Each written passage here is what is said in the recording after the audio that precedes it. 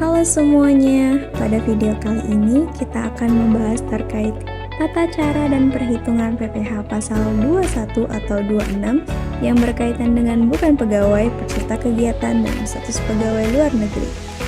Nah, apakah teman-teman di sini sudah pada tahu apa itu PPh pasal 21?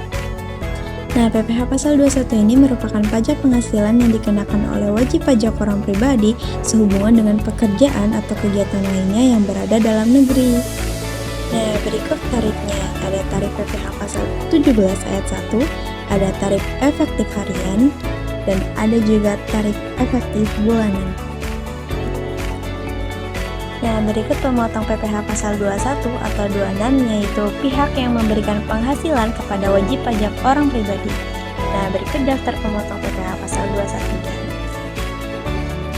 Nah, jika kita sebagai pemotong, kita wajib mendaftarkan diri ke KPP, menghitung dan memotong PPh pasal 21, menyetor dan melaporkan hasil perhitungan tersebut. Berikut tata cara dan perhitungan PPh pasal 21 terkait bukan pegawai, peserta kegiatan, dan orang pribadi luar negeri. Nah, yang pertama, orang pribadi bukan pegawai merupakan individu yang menerima penghasilan tidak secara rutin dari kegiatan atau jasa yang tidak berkaitan dengan pegawai tetap. Nah, berikut contohnya ada pekerja lepas, yaitu freelance, ada tenaga ahli seperti dokter, dan juga ada peserta kegiatan, yaitu seperti pembicara. Jasa pengenaan pajaknya dikenakan 50% dari penghasilan bruto, lalu tarif pasal 17 dikali 50% dikali penghasilan bruto.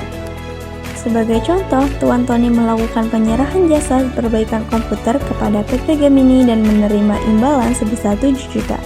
Maka perhitungannya yaitu untuk DPP-nya 50% dikali 7 juta yaitu 3.500.000, lalu dikali tarif progresif 5%, dan PPh terutangnya jadinya 175.000. Nah, yang harus diperhatikan, PT Gemini merupakan pemotong PPh pasal 21 Tuan Tony dan membuat bukti pemotong, dan Tuan Tony wajib melaporkan penghasilan tersebut dalam SPT tahunan dan dapat dikreditkan dalam SPT tahunan Tuan Tony. Nah, yang kedua merupakan peserta kegiatan, yaitu orang pribadi yang menerima imbalan sehubungan dengan keikutsertaannya dalam suatu kegiatan dengan perhitungan tarif pasal 17 dikali penghasilan bruto. Adapun peserta kegiatan tersebut meliputi peserta perlombaan dalam segala bidang, peserta rapat, konversi sidang, dan lain sebagainya. Lalu ada peserta atau anggota dalam suatu kepanitiaan sebagai penyelenggara kegiatan tertentu atau peserta pendidikan, pelatihan, dan magang. Nah, sebagai contohnya, Tuan Willy menjuarai turnamen nasional yang diselenggarakan oleh PT Dinamo dan menerima memperoleh hadiah sebesar 200 juta.